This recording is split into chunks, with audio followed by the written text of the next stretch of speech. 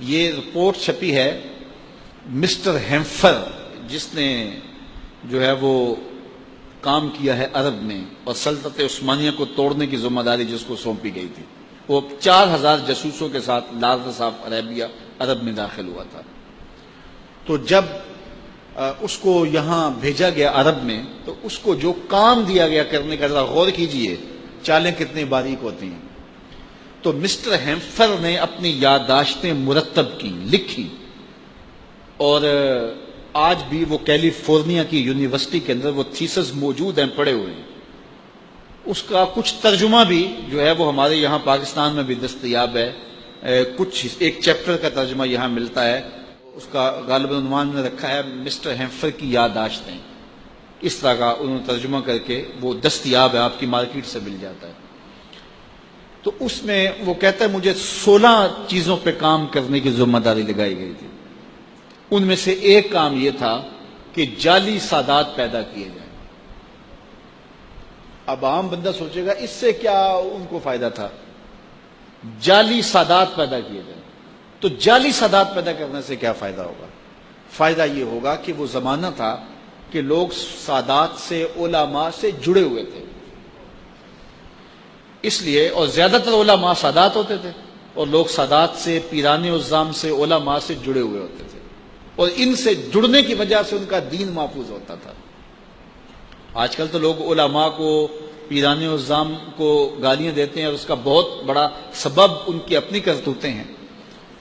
تو چونکہ لوگ ان کے ساتھ وابستہ ہیں اور ان کی وابستگی کی وجہ سے دین میں رسوخ اور پختگی ہے، تو اب جعلی سادات جب پیدا ہوں گے تو لوگ ان کے قریب بھی سید سمجھ کے جائیں گے، لیکن وہ ہوگا تو سید نہیں۔ تو ظاہر ہے کہ جب لوگوں کی محبتیں ملیں گی، پیسہ ملے گا، عقیدتیں ملیں گی، لوگوں کے گھروں میں آنا جانا ہو جائے گا، تو چونکہ اس کا خون تو خون رسول نہیں ہوگا، تو ایسی حرکتیں کرے گا کہ پھر لوگ بدظن ہو جائیں گے۔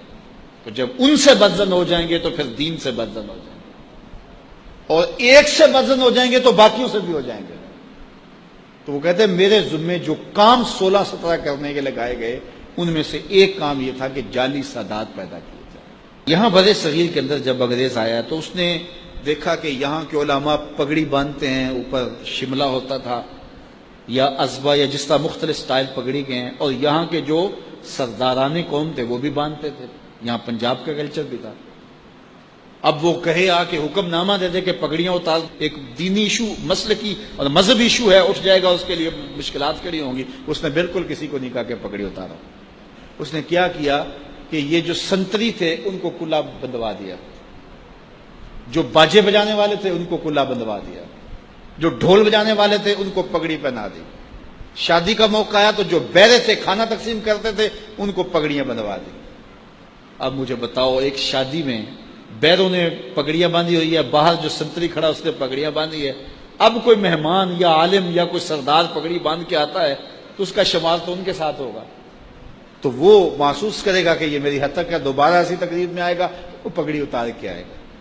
تو یہ ایک منصوبہ تھا جو ہے وہ اسلامی شعار چھیننے کا۔ اس طرح کتنے کام کیے، اگر آپ دیکھیں ان 90 سالوں کے اندر وہ ہمارے ساتھ کر کیا گئے، اور ہمارا کلچر برباد کر گئے، ہماری تہذیب لوٹ گئے، اور سینے حب رسول سے خالی کرنے کی سازش کرتے گئے، اور کیا کچھ انہوں نے کیا۔ یہ تو اللہ کا کرم ہوا کہ اللہ نے کچھ لوگوں کے دل میں ڈال دیا کہ ان سے جلدی جان چھڑائی جائے، اور وہ 90 سال کے اندر یہاں سے چلے گئے۔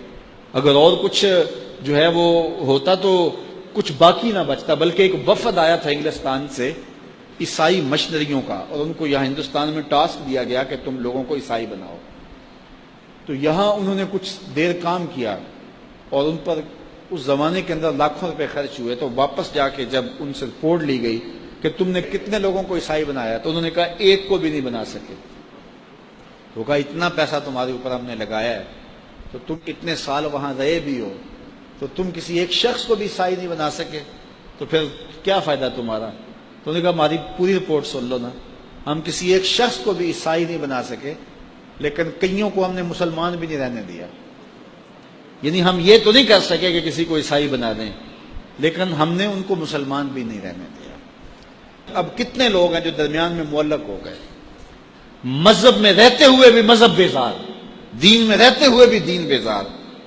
اب وہی کام ہمارے میڈیا کے ذریعے سے کیا جا رہا ہے، علماء کو اداکار بنایا جا رہا ہے، اداکاروں کو علماء بنایا جا رہا ہے۔ مجھے بتاؤ اس کا کیا مطلب ہے؟